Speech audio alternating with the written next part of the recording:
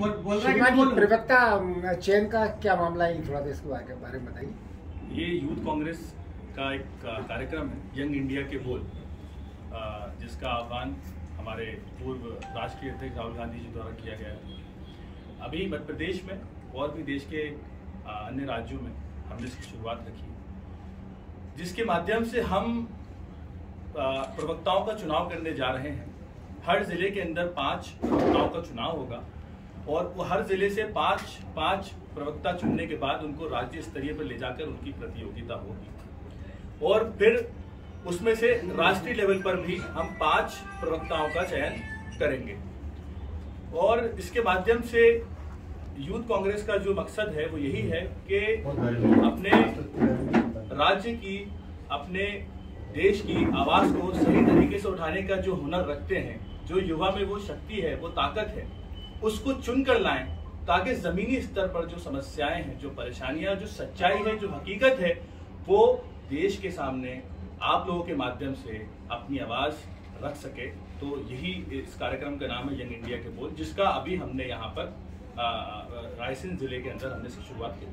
आपकी प्रक्रिया के क्या मापदंड रहेंगे और किस तरीके से फॉर्मों को लिया जाएगा लोगों से? देखिए, ये फॉर्म आजकल इंडिया डिजिटल हो रहा है, तो उसके लिए हमने डिजिटल फॉर्म रखा है, जिसको ये बहुत ओपन फॉर्म, बहुत इजी फॉर्म है। जो भी युवा इच्छुक है, जिसको लगता है कि वो अपनी बात को रखने के लिए देश के सामने योग्य है, वो इस फॉर्म को भरे। उसके बाद जितने भी फॉर्म आएंगे, एक डेट पे हम इसका जब प्रतियोगिता रखेंगे तो वहां पे हम चुनाव करेंगे कि कौन अपनी बात को अच्छे तरीके से रखने का जिसमें हुनर होगा उसे चुनेंगे, जिसके अंदर हमारे बड़े नेता, आप जैसे सम्मानीय पत्रकार और समाज के कुछ वरिष्ठ पदों पे जो लोग हैं वो होंगे जो चुनाव करेंगे। सर्वदलीय चुनाव होगा। इस सारी प्रक्रिया का मूल उद्देश्य क्या है? देखिए, इसका मूल उद्देश्य ये है कि युवा आज बहुत पीड़ित है, बेरोजगार है, बेसहारा है, शोषित है, वंचित है। सबसे पहले तो जिसके अंदर हुनर है उसकी कोई कदर नहीं है। तो हमने, राहुल गांधी जी ने, यूथ कांग्रेस परिवार ने इसको एक प्लेटफॉर्म के माध्यम से लागू किया है कि जिसके अंदर चाहत है, जिसके अंदर ललक है, जिसको बोलने का हुनर है, तो वो आगे आके अपनी बात को रखने का उसको प्लेटफॉर्म मिलेगा और उसको उसके हुनर का सम्मान मिलेगा। ये जो प्रवक्ताओं की जो नियुक्ति होगी, जो फाइनल जो चयन हो जाएगा, तो उसमें क्या किसी प्रकार का एक रोजगार मान के चला जाए, मतलब युवाओं के लिए? देखिए, रोजगार तो युवाओं की मांग उठाना कांग्रेस परिवार के कार्यकर्ता से लेकर नेता तक की जिम्मेदारी है, क्योंकि ये जो देश है ये पूरा एक परिवार है।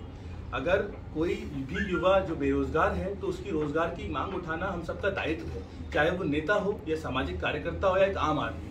तो ये तो एक बहुत जरूरी उद्देश्य है। आपको क्या लगता है इसमें, आपको मतलब सफलता मिलेगी या मिल रही है? इसका रिस्पॉन्स कितना मिल रहा है आपको? देखिए, जब बड़ी हमने अंग्रेजों के खिलाफ लड़ाई लड़ी थी तो भी सालों की तपस्या के बाद हमें सफलता मिली है।